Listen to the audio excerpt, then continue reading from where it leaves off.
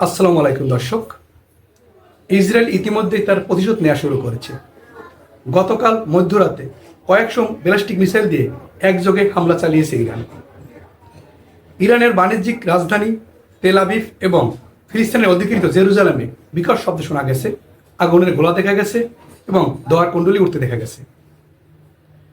Israel নাগরিকদেরকে আশ্রয় কিনে নেওয়া হচ্ছে এবং ইসরায়েল জুড়ে আতঙ্ক ছড়িয়ে পড়েছে। সবথেকে আনন্দের বিষয় হলো ইসরায়েলের প্রধানমন্ত্রী নেতানিয়াহু এবং প্রতিরক্ষা মন্ত্রী বাংকারে আশ্রয় নিয়েছেন। এখন পর্যন্ত 2 জন হতাহতের কথা শোনা যাচ্ছে এবং 21 জন আহত হয়েছেন।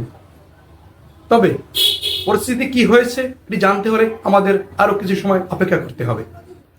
আপনারা নিশ্চয়ই অবগত, গত 23 জুন শুক্রবার ইসরায়েল 200টি বিমান নিয়ে একযোগে ইরানের উপর হামলা চালায়। তাতে ইরানের বেশ ক্ষয়ক্ষতি হয়। তাদের যেমন সামরিক অবকাঠামোতে ক্ষয়ক্ষতি হয়, তেমনি তাদের সামরিক কর্মকর্তারা নিহত হন। সরকারি সূত্র অনুসারে ইরানে 78 জন নিহত এবং 329 জন আহত হয়েছেন। সবথেকে উদ্বেগের বিষয় হলো তাদের আইআরজিসি প্রধান হোসেন সোলাইমানি, সেনাপ্রধান মোহাম্মদ বাগেরি, ক্ষেপণাস্ত্র ও প্রতিরক্ষা প্রধান সহ 3 জন শীর্ষ স্থানীয় পরমাণু বিজ্ঞানী নিহত হন। এক কথায় বলা চলে, ইরানের সর্বোচ্চ বাহিনীগুলোর প্রধানরা বেশিরভাগই নিহত হয়েছেন। তারপরে ইরান 100টি ড্রোন দিয়ে ইসরায়েলের উপর হামলা চালান।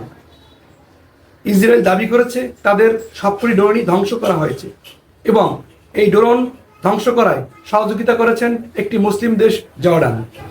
সংবাদটি যুগান্তর পত্রিকায় প্রকাশিত হয়েছে। যুগান্তর পত্রিকার কয়েকটি পৃষ্ঠা থেকে সংবাদগুলো সংগ্রহ করা হয়েছে। সংবাদের একটু সারাংশ আপনাদেরকে পড়ে শোনাচ্ছি। ইসরায়েলকে লক্ষ্য করে ফের হামলা চালিয়েছে ইরান। রাজধানীর তেল আবিব ও ফিলিস্তিনের অধিকৃত জেরুজালেমে বিকট বিস্ফোরণের শব্দ শোনা যায়। মিসাইলের আঘাতে অন্তত 21 জন আহত হয়েছেন, যার মধ্যে 2 জনের অবস্থা আশঙ্কাজনক।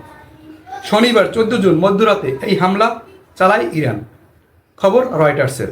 ইসরায়েলি প্রতিরক্ষা বাহিনী আইডিএফ ও সাধারণ মানুষকে নতুন করে আবারও আশ্রয় কেন্দ্রে যাওয়ার নির্দেশ দেওয়া হয়েছে এবং পরবর্তী নির্দেশনা না দেওয়া পর্যন্ত তাদেরকে আশ্রয় কেন্দ্রে থাকতে বলা হয়েছে। এর কয়েক মিনিট পরই তেল আবিব ও জেরুজালেমে বিস্ফোরক শব্দ শোনা যায়। রয়টার্সের প্রচারিত একটি ভিডিওতে দেখা গেছে তেল আবিবে মিসাইল সদৃশ বস্তু আশ্রে পড়ার পর দোয়ার কুণ্ডলি বের হচ্ছে। ইরান সর্বশেষ হামলাটি চালায় তখন সেখানে রাত 1:30 বেজেছিল।